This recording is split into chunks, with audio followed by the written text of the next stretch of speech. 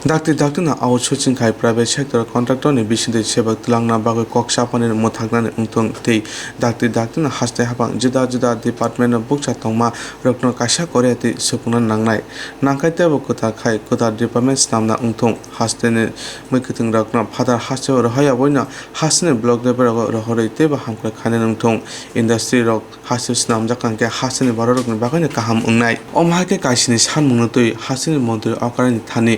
সদর DM নিযুক্তিকে deputation রেখা আমরা বাঙালি পদ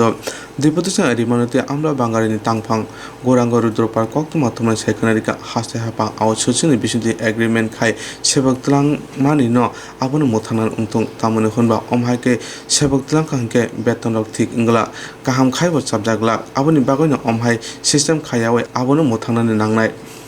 Abona karab 2018 biswa hapanga phaya sikang vision document je kok remani biswa 50,000 kai sebok talangna bagai phia tawphano o samona khlajiya ko hasto BJP IPP tubani bagai hasini sikla begara jetike samukhaga phia tawphano borongni jungjarokno boro sakmumaya ko aboni bagai haste hapano koika kok koknarok mani no seponani ungthong tini deputation rimanati koktuma thonani saikhnarika মুখ্যত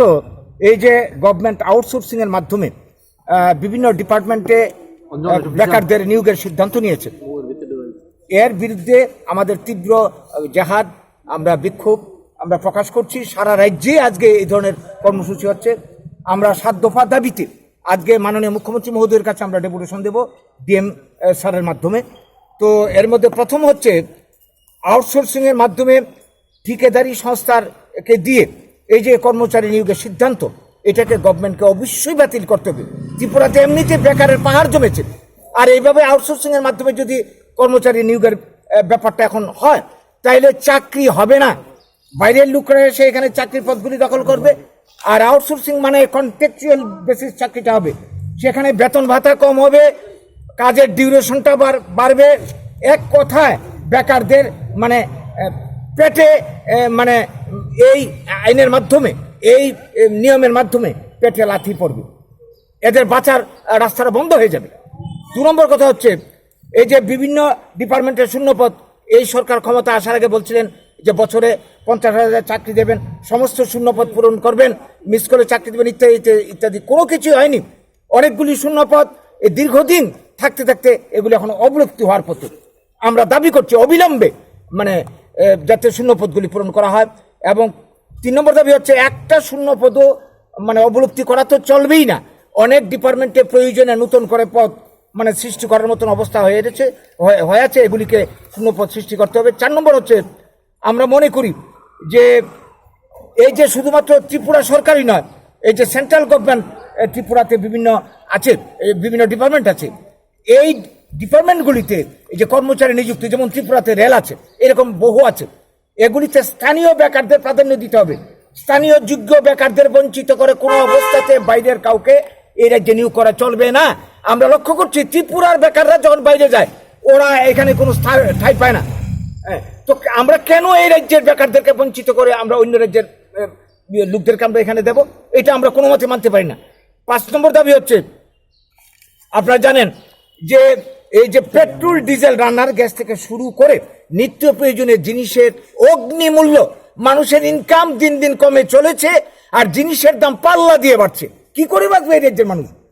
গভর্নমেন্টের অস্তিত্ব কোথায় প্রশাসন কোথায় কালোবাজারি চলছে নিত্য প্রয়োজনীয় জিনিসের দাম প্রতিদিন বাড়ছে এর বিরুদ্ধে অবিলম্বে মানে ব্যবস্থা নিক গভর্নমেন্টের ব্যবস্থা নিক তারপর হচ্ছে আমাদের যেটা কথা বেসরকারীকরণের যে সিদ্ধান্ত আজকে আমরা লক্ষ্য করছি শুধু এই রাজ্য নয় গোটা দেশে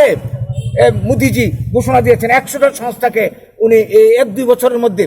বিক্রি করে দেবেন এগুলি কি চলছে দেশে এরা কি প্রতিশ্রুতি দিয়েছিল আর কাজ করছে ঠিক তার উল্টোটা কাজে এটা আমরা মানতে পারি না এই সিদ্ধান্ত থেকে সরকারকে সরে আসতে হবে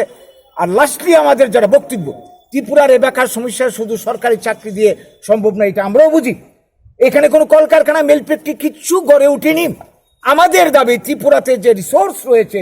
এই যে প্রাকৃতিক সম্পদ বনজ সম্পদ কৃষিজ সম্পদ খনিজ সম্পদ বা মানব সম্পদ এগুলিকে কাজে লাগিয়ে ব্লক ভিত্তিক উন্নয়ন পরিকল্পনা নেওয়া হোক